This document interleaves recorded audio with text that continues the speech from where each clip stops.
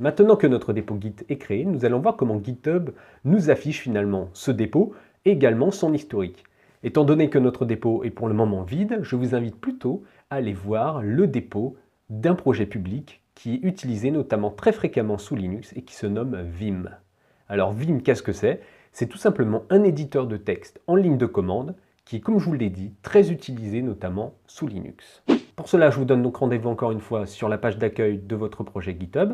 En cliquant sur le logo GitHub, vous pouvez voir d'ailleurs que sur la page d'accueil, maintenant, vous avez bien votre dépôt fraîchement créé qui est affiché. Allez alors dans la barre de recherche et tapez Vim. Faites Entrée. Vous arrivez alors sur tous les dépôts et les éléments qui contiennent dans leur texte Vim. Et vous allez prendre le premier, donc le dépôt officiel de Vim. Donc, cliquez sur le lien. Et vous arrivez alors sur le dépôt en question. Vous pouvez voir que c'est le même affichage que lorsque nous éditions notre dépôt personnel. Nous allons voir lors de cette vidéo justement l'onglet Code qui correspond au dépôt et à son contenu, mais aussi à l'historique. Tout d'abord, vous avez donc la description du dépôt.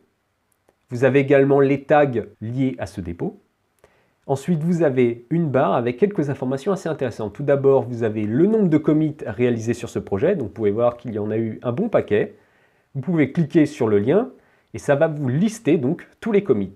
Et finalement, là, vous pouvez voir un affichage qui est très proche de ce que nous faisions avec le git log.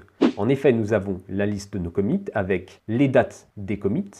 Vous avez les messages qui ont été attachés aux commits, l'auteur, et vous avez le SHA-1. Vous pouvez d'ailleurs cliquer sur le SHA-1 pour avoir plus de détails sur ce commit. Et là, vous vous retrouvez finalement avec l'affichage que nous avions lorsque nous faisions un git show. Vous pouvez voir notamment donc ici le SHA-1 complet du commit, ainsi que le SHA-1 de son parent. Et vous avez enfin les fameuses modifications qui ont été apportées avec ce commit. Donc nous pouvons voir ici avec toujours les traditionnels petits plus verts pour les ajouts et les moins rouges pour les suppressions de lignes. Maintenant, retournons donc dans l'onglet Code. Vous avez ensuite la liste des branches. Donc ici, il y a une seule branche qui est bien entendu la branche master, comme je vous l'ai dit. C'est la branche de base de tous les projets Git. Vous avez également ensuite les releases. Alors les releases, qu'est-ce que c'est? C'est tout simplement les tags qui ont été posés sur ce projet. Donc on peut voir à chaque fois les numéros des tags, avec le SHA-1 du commit sur lequel sont attachés ces tags. Dans les trois petits points, vous pouvez avoir le message qui a été ajouté lors de l'ajout du tag. Et enfin, vous avez la possibilité de télécharger la version du projet, donc pointée par ce tag, sous format zip ou tar.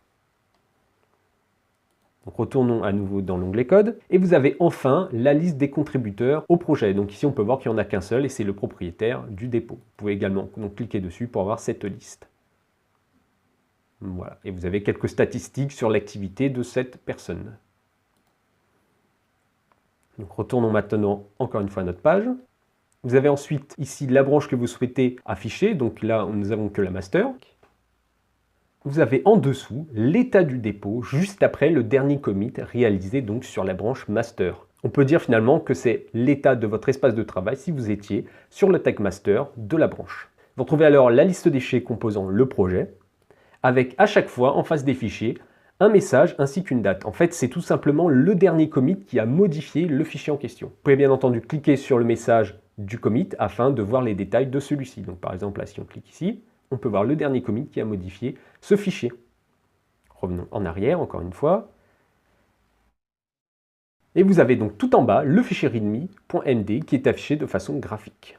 Donc comme je vous ai dit tout à l'heure, le fichier readme, c'est le fichier qui va vous permettre de décrire votre projet, on peut le voir ici, qui va permettre de dire comment compiler le projet ou comment l'installer, etc. Donc ça va vraiment être la documentation qui va permettre à toute personne qui ne connaît pas votre projet de le comprendre et de le prendre en main. Remontons alors tout en haut de la page, nous avons un dernier élément à voir ensemble. C'est le bouton qui va vous permettre de télécharger ou de cloner le dépôt. Nous verrons justement lors de la section précédente comment cloner un dépôt en local sur sa machine. Nous avons vu que GitHub propose une interface graphique vraiment très intéressante pour visionner notre dépôt ainsi que son historique.